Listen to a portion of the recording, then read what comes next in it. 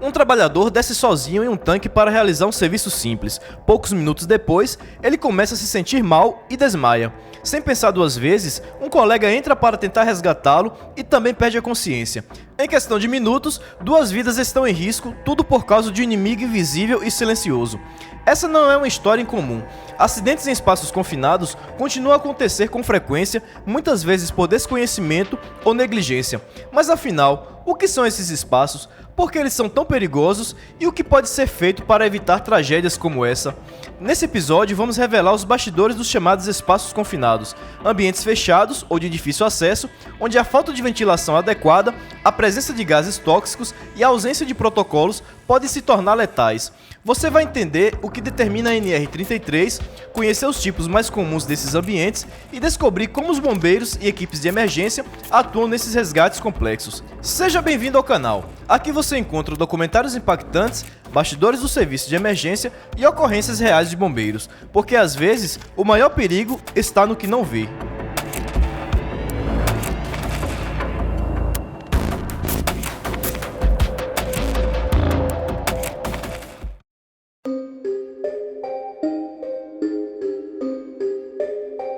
Você já parou para pensar o que acontece dentro de um túnel estreito, debaixo da cidade, onde o ar é rarefeito e o silêncio pode ser mortal?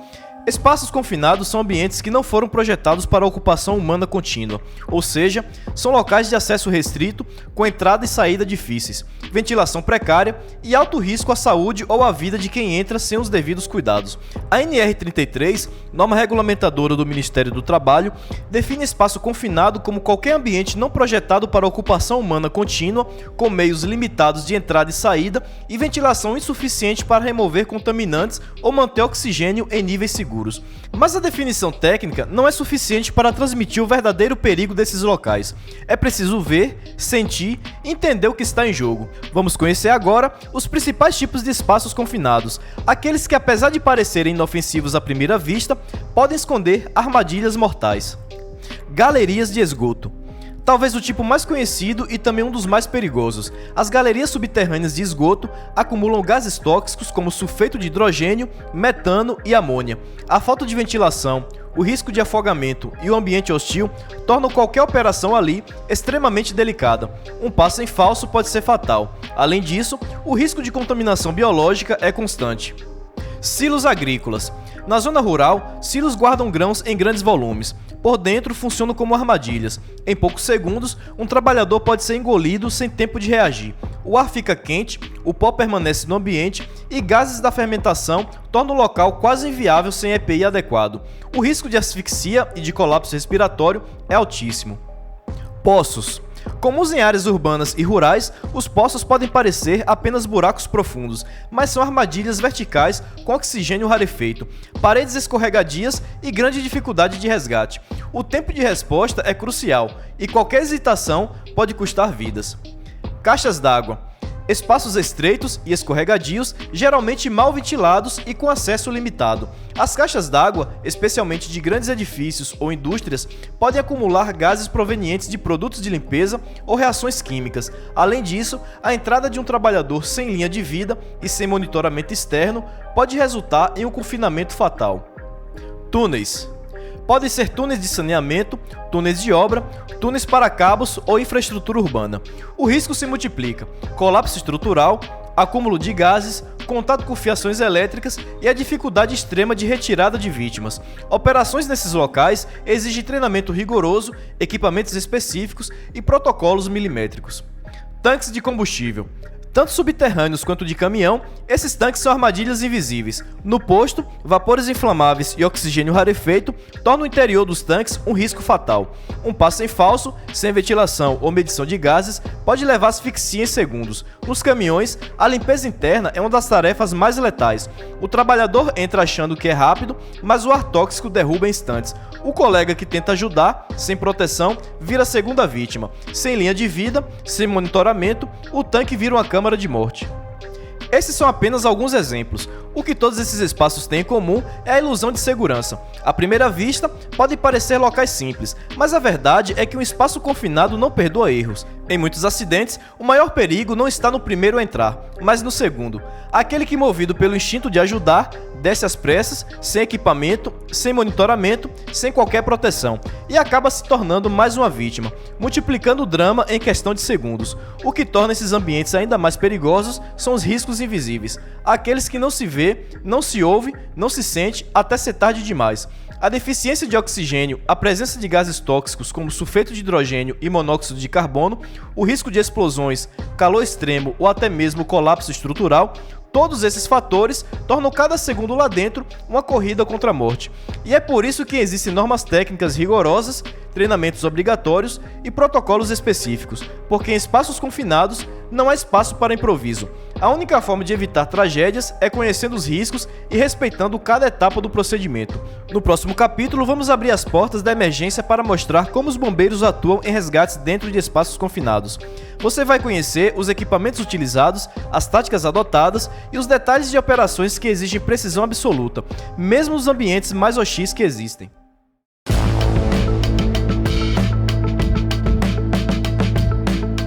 Quando o alerta chega, cada segundo conta. O chamado é claro: vítima inconsciente em espaço confinado. Pode ser uma galeria subterrânea, uma cisterna ou um silo agrícola. E a missão dos bombeiros militares e das equipes de resgate técnico começa antes mesmo da descida. A atuação nesse tipo de cenário é uma verdadeira operação de precisão, que exige treinamento específico, protocolos rigorosos e equipamentos de última geração. O primeiro passo é isolar a área. Nada pode ser feito sem segurança. A aproximação é controlada e todos os envolvidos recebem instruções. Em seguida, inicia-se a ventilação do espaço, seja por exaustores ou abertura de pontos superiores. Isso ajuda a dispersar gases acumulados e a reduzir o risco imediato. Antes de qualquer acesso, é feito um monitoramento atmosférico com sensores portáteis. Os medidores analisam os níveis de oxigênio e detectam gases tóxicos como sulfeto de hidrogênio, metano e monóxido de carbono. Se houver qualquer anormalidade, a entrada é adiada até que o ambiente esteja estabilizado. A entrada só ocorre com a equipe treinada, usando equipamentos de proteção respiratória, sistema de comunicação interna e a chamada linha de vida, conectada ao sistema de trava-quedas e içamento. O equipamento mais comum nesse tipo de operação é o tripé com polia.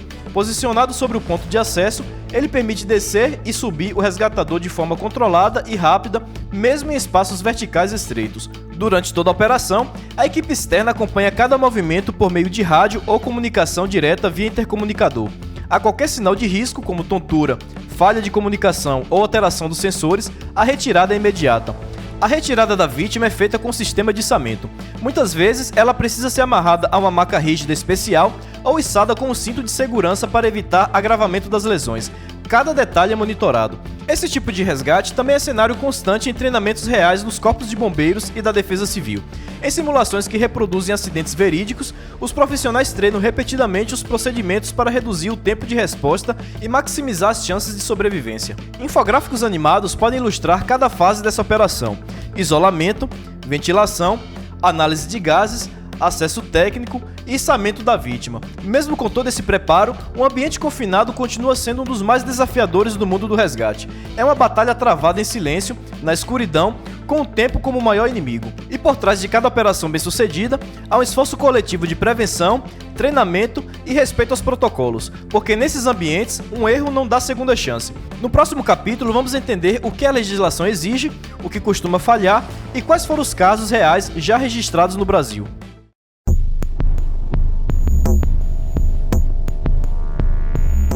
Quando a tragédia acontece em um espaço confinado, ela raramente é surpresa para os profissionais da área. Isso porque os sinais de alerta geralmente estavam todos ali, mas foram ignorados. Em Mato Grosso, trabalhador morre após cair em duto de 7 metros durante reparo em esgoto. Em Curitiba, jovem passa mal dentro de tanque de caminhão e morre enquanto fazia limpeza de resíduos de aditivo de combustível. No Rio Grande do Sul, jovem cai em silo e morre após inalar gás tóxico. Essas não são manchetes fictícias, são casos reais que terminaram de forma trágica por falhas básicas de segurança. E na maioria das vezes, os erros se repetem. Falta de monitoramento atmosférico, entrada sem autorização formal, ausência de equipamentos de proteção individual, tentativas de resgate improvisado por colegas de trabalho sem o menor preparo. Esses fatores transformam situações controláveis em catástrofes. Segundo dados do Ministério Público do Trabalho, os acidentes em espaços confinados estão entre os mais letais no ambiente ocupacional. O que agrava mais ainda a situação é que, em muitos casos, as vítimas não se resumem a um único trabalhador. O segundo, o terceiro e até mesmo o quarto a entrar, todos com a intenção de ajudar, acabam caindo um a um no mesmo erro fatal. Segundo um estudo da NIOSH, cerca de 60% dos mortos em acidentes em espaços confinados são justamente os socorristas improvisados. Essa estatística revela o quanto o impulso emocional pode ser fatal quando não está acompanhado do preparo técnico adequado. Mas a prevenção existe, está na NR33. A norma regulamentadora 33, instituída pelo Ministério do Trabalho do Brasil, estabelece as diretrizes para garantir a segurança dos trabalhadores em espaços confinados. Entre os principais pontos exigidos pela NR33, destacam-se permissão formal de entrada, avaliação atmosférica contínua, capacitação obrigatória, plano de resgate pré-estabelecido e, o mais importante, proibição expressa da entrada em espaços confinados sem supervisão e sem os equipamentos adequados. Essas regras existem porque foram escritas com sangue. Cada item da NR33 responde a um tipo de tragédia que já aconteceu, muitas vezes mais de uma vez. No Brasil, alguns dos casos mais emblemáticos aconteceram em estações de tratamento de esgoto, onde gases como sulfeto de hidrogênio atingem concentrações letais em segundos. Em obras públicas, trabalhadores entraram em galerias sem ventilação, acreditando que bastava não demorar muito. Em silos e cisternas, onde asfixia e soterramento são rápidos e silenciosos, muitos não tiveram sequer a chance de pedir socorro. É nesses cenários que o papel do Corpo de Bombeiros e da Defesa Civil se torna ainda mais crucial. Mas o ideal é que nunca seja necessário chegar a esse ponto. A verdadeira resposta está na prevenção, no treinamento e no respeito às normas. Espaços confinados são traiçoeiros, não fazem barulho, não dão sinal de perigo evidente, mas a qualquer momento podem se transformar em armadilhas fatais. A entrada em um bueiro, uma caixa d'água, um silo ou uma galeria pode parecer uma tarefa simples, até que o ar acabe, um gás tóxico se espalhe ou uma estrutura ceda. E quando isso acontece, é tarde demais para improvisar. Por isso, cada norma existe por um motivo. Cada equipe tem uma função vital. Cada protocolo salva uma vida. Se você trabalha, gerencia ou conhece alguém que atua em ambientes como esses, compartilhe esse conteúdo e espalhe informação, porque o inimigo silencioso só é derrotado com conhecimento, preparo e respeito à vida. Aqui no canal seguimos trazendo documentários impactantes, baseados em fatos reais, com informações técnicas e bastidores do trabalho de quem atua na linha de frente do resgate. Se você chegou até aqui, se inscreva, compartilhe e nos ajude a transformar informação em proteção. Deixo na tela um vídeo sobre emergências em elevadores. É só clicar que eu te espero lá.